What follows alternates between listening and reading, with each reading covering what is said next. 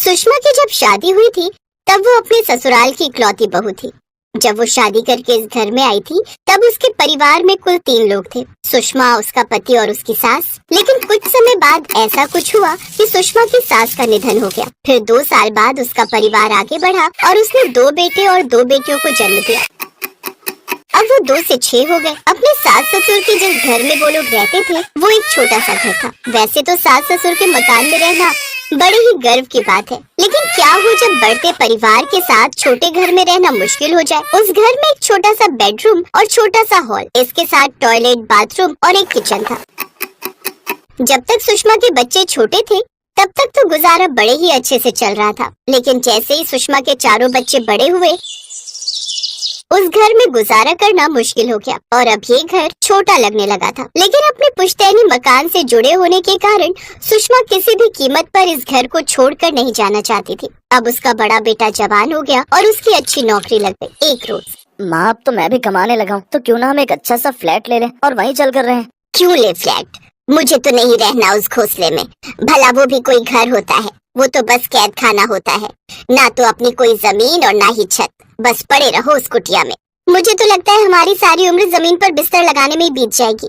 तू क्यों चिंता करती है? कुछ महीनों में तेरी शादी हो जाएगी, फिर तू आराम से अपने ससुराल में पलंग पर जाकर सोना। बच्चों के लाख समझाने पर भी सुषमा नहीं मानी। ऐसे ही कुछ दिन बीत गए। फिर एक रोज, माँ मुझे अपने ऑफिस में काम करने वाली सुहानी पसंद है और हम दोनों एक दूसरे से शादी करना चाहते हैं। आप कहो तो मैं उसके घर वालों से बात करूँ। अब जब तूने लड़की पसंद कर ही ली है तो मैं कौन होती हूँ मना करने वाली। बुला ले उनको मिलने।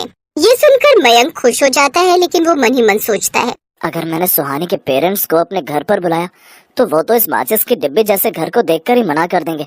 नहीं, मैं ऐसा करता हूँ, कोई रेस्टोरेंट बुक कर लेता हूँ। फिर दोनों परिवार एक रेस्टोरेंट में मिलते हैं जहाँ सबकी रजामंदी से रिश्ता पक्का हो जाता है। कुछ दिनों बाद दोनों की सगाई का फंक्शन होता है। इसके लिए भी मयंक एक बैंक्वेट हॉल चुनता है जहाँ उनकी सगाई पूरी होती है। बेटा सगाई तो निपट गई, लेकिन शादी के बाद क्या होगा? आप फिक्र मत करो भैया, जब तक कोई जुगाड़ नहीं हो जाता आप और भाभी बेडरूम में सो जाना और मैं, बाबा, माँ और अनिल और सोनम बाहर हॉल में सो जाएंगे। 1 महीने बाद उन दोनों की शादी हो जाती है। शादी के बाद सुहानी अपने ससुराल आ जाती है। इतने छोटे घर को देखकर सुहानी कहती है, ये सब क्या है मयंक? इतना छोटा घर और उसमें इतना बड़ा परिवार। अरे 2 मेहमान नहीं आ सकते घर में? और ये सब तो मुझे पहले नहीं बता सकते थे क्या कि मेरा ससुराल मुश्किल से 1 कमरे का है? देखो सुहानी, तुम इस घर पर मत जाओ। भले ही ये घर छोटा है लेकिन मेरे घर वालों का दिल बहुत बड़ा है। अरे मैं इसके लिए ब्लेम नहीं कर रही। माना कि तुम्हारे पेरेंट्स बड़ा घर अफोर्ड नहीं कर पाए, लेकिन कम से कम अब तुम तो इस बारे में कुछ सोचो। तुम तो ठीक ठाक कमाते हो, तो आगे की सोचो। सोचकर कोई फायदा नहीं है सुहानी, माँ इसके लिए कभी नहीं मानेगी। वो इस घर को छोड़कर कहीं नहीं जाएगी। लेकिन क्यों? वो मुझे नहीं पता, लेकिन बस मैं इतना चाहता हूँ कि तुम थोड़ा एडजस्ट करना सीख जाओ।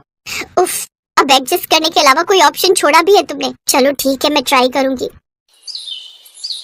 शादी के बाद बुआ मेहमान बनकर अभी भी घर में ही रुकी हुई थी।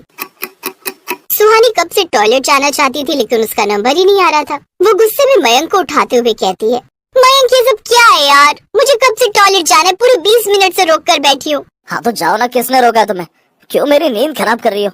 ये तो मुझे भी पता है कि वॉशरूम बाहर ही है, लेकिन वहाँ जो लंबी लाइन लगी हुई है उसका क्या करूँ? पिछले 25 मिनट से तुम्हारे पिताश्री बैठे हैं और जैसे ही मैं जाने लगी तुम्हारी बुआ पेट पकड़कर खड़ी हो गई और फिर नंबर लगाने जाती तब तक तुम्हारी माँ, फिर भाई और बहन आ गई। अब वो सब पेट पकड़कर खड़े हैं। अरे मेरी माँ, धीरे बोल, सब सुन लेंगे। और मेरी बात मानो तो कल से तुम सुबह जल्दी उठ जाया करो। मयंक मैं सच्ची मुझे तुम पर गुस्सा आ रहा है। ऐसे 2 दिन बीत जाते हैं। सुहानी अपने कमरे में होती है जब सुषमा आकर उसके कमरे के बीचों बीच पर्दा लगाने लगती है। माँ जी, ये आप क्या कर रही हैं? अरे बहू, तुम्हारी बुआ सास कह रही हैं वो भी कुछ दिन और यहीं रुकेंगी। ऊपर से वो थोड़ी बूढ़ी हैं तो उन्हें गर्मी ज्यादा लगती है, और तुम तो जानती ही हो कि एसी तो सिर्फ तुम्हारे बेडरूम में ही लगा है, इसलिए अब उनकी खाट यही तुम्हारे कमरे में लगा रही हूँ। और तुम चिंता मत करो, बीच में ये पर्दा रहेगा तो तुम्हें कोई तकलीफ नहीं होगी, और फिर बाहर हम सब ठीक से आ भी नहीं पाते। क्या अब अपना कमरा भी शेयर करना पड़ेगा? हाँ बहू, अब तुम्हारी शादी हो गई है, मायके के ठाट बाट भूल जाओ। अब ना तुम एडजस्टमेंट की आदत डाल लो, और अब बेटे की शादी हो गई है तो मेहमानों को तो बाहर नहीं निकाल सकती ना।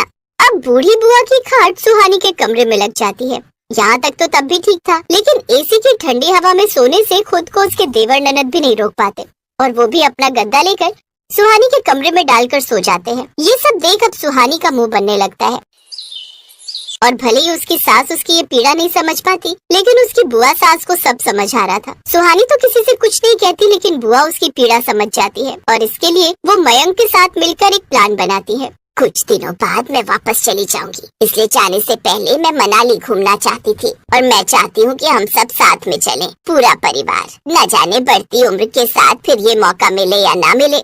अब वो सब एक साथ मनाली चले जाते हैं, जहाँ घूमने के बाद वो सब थक चुके थे। फिर रात के समय वो सब होटल में पहुँचते हैं, जहाँ वो देखते हैं कि इतने बड़े परिवार के लिए मयंक ने सिर्फ एक ही कमरा बुक करवाया हुआ था। अरे ये तुमने क्या किया, इतने सब लोगों के लिए सिर्फ एक ही कमरा?